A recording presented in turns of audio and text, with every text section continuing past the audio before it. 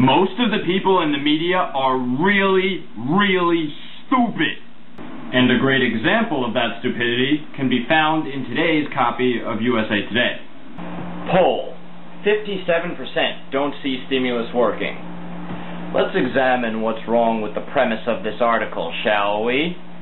First of all, it mistakes opinion for fact. I mean, seriously, this isn't an article about whether or not the stimulus is actually working. It's an article about whether people think it's working. Now, whether people think the stimulus is working will have an impact on whether it actually does, because mob psychology has a huge impact on the economy. But that poll number should be a small part of that article. If you want to examine whether the stimulus is actually working, you need to look at real economic data. Look at unemployment numbers. Look at GDP growth or decline, as the case may be.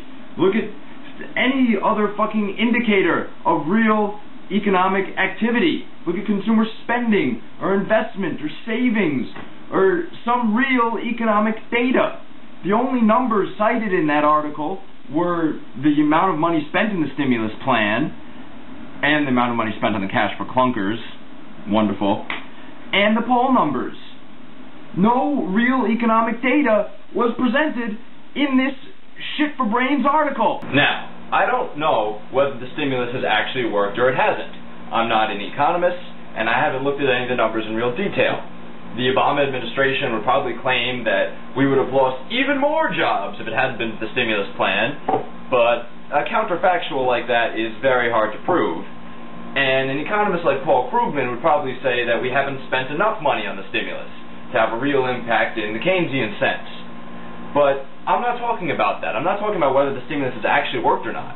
I'm talking about that fucking piece of shit article. Because in order to investigate whether or not the stimulus has actually worked, you need to look at real numbers, at industrial output and manufacturing and things of that nature, imports, exports, all that stuff. And yes, people's opinions is a small part of that, because mob psychology affects the markets. But it's only a small part. It shouldn't be the whole article. That article mistook the representation for the thing represented. And that's a classic failure of media thinking. They take what people's opinions and present them as though they're fact. They take people's ideas of the world and present those instead of what's actually going on in the world. And that always happens in the election too. They always cover their elections as though they're horse races. You know, so-and-so says this, so-and-so says that, so-and-so's leading the polls, so-and-so's losing in the polls. What about in-depth analysis of actual policies? Now, I don't mean to pick on USA Today. Many other newspapers do this far worse, and the TV news media does it orders of magnitude worse. I mean, USA Today is a mile above Fox News, for example, or the New York Post.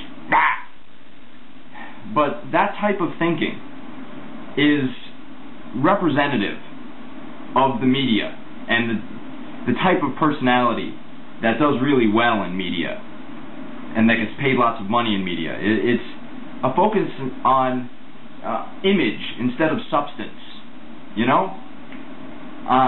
On flashy things and the show instead of real mechanics of what's actually going on, instead of in-depth analysis. And maybe that's a problem with the people as a whole, because flashy, showy stuff gets much more viewers and much more readers than in-depth analysis. And so, you know, the media is just doing what makes them the most money. But it's bad for democracy.